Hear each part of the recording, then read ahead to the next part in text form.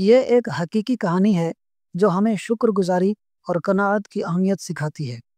اسلام آباد میں ایک جاننے والے کا کامیاب کاروبار تھا جو انہیں وراثت میں ملا تھا۔ ان کے پاس دکانیں تھیں، کاروبار اچھا چل رہا تھا اور 10 ملازمین ان کے ساتھ کام کر رہے تھے۔ وہ ماہانہ 5 سے 6 لاکھ روپے کما رہے تھے، بچوں کی تعلیم اچھی جگہ ہو رہی تھی اور زندگی آرام و سکون سے گزر رہی تھی۔ مگر ایک دن ان کے دل میں بہتر مستقبل کی خواہش نے انگڑائی لی اور بیوی کے دباؤ پر انہوں نے اپنا سب کچھ بیچ کر انگلینڈ منتقل ہونے کا فیصلہ کر لیا۔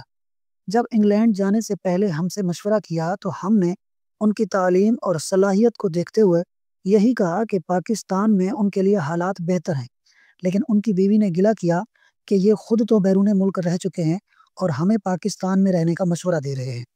پھر وہ جلد بازی میں اپنی جائیداد، کاروبار اور دکانیں تقریباً 7 کروڑ میں فروخت کر کے انگلینڈ چلے گئے، حالانکہ اس وقت ان کی جائیداد کی قیمت 12 کروڑ روپے کے قریب تھی۔ اب انگلینڈ میں حقیقت سے سامنا ہوا۔ چمکتی دمکتی دنیا میں قدم رکھتے ہی انہیں اندازہ ہوا کہ یہاں زندگی وہ نہیں جو دور سے دکھائی دیتی تھی۔ آج 42 سال کی عمر میں وہ ایک سروس اسٹیشن پر بطور کیشیئر کام کر رہے ہیں اور ان کی بیوی ایک چھوٹی کمپنی میں کلینر کے طور پر ملازمت کر رہی ہے۔ جہاں کبھی وہ آرام و سکون کی زندگی گزار رہے تھے، اب صبح 7 بجے سے 12 گھنٹے کی مشقت ان کا معمول ہے۔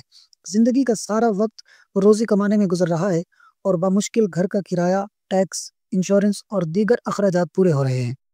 ایک وقت تھا کہ نوکر چاکر خدمت میں تھے، خود اٹھ کر پانی پینے کی نوبت بھی نہیں آتی تھی، جب چاہا دفتر گئے، جب چاہا چھٹی کر لی۔ مگر آج ایک ایسی زندگی گزار رہے ہیں جس میں ہر دن مشقت کا پہاڑ سر پر ہوتا ہے۔